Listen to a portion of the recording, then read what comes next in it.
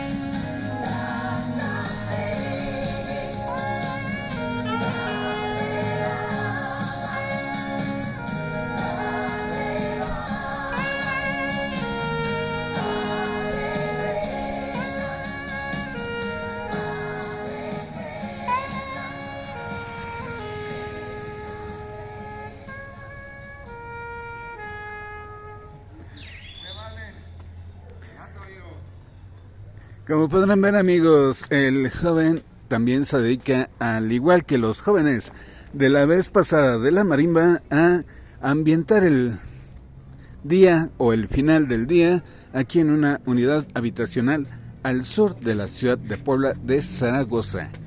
El joven tiene su página de Facebook y es saxofonista Diamante Negro. Así como también tiene su página de Instagram que es sax-el-diamante-negro. El día en que gusten ustedes contactarlo, ahí está su número de teléfono celular. Y recuerden seguirnos, amigos, a través del 107.8 del AM o en el 1800 de la FM. Y en esta fase de pandemia de semáforo negro, de semáforo naranja, amarillo, rojo, decretada por el gobierno federal, y teniendo de fondo este bello cielo de la ciudad de Puebla, nuevamente les mandamos un abrazo.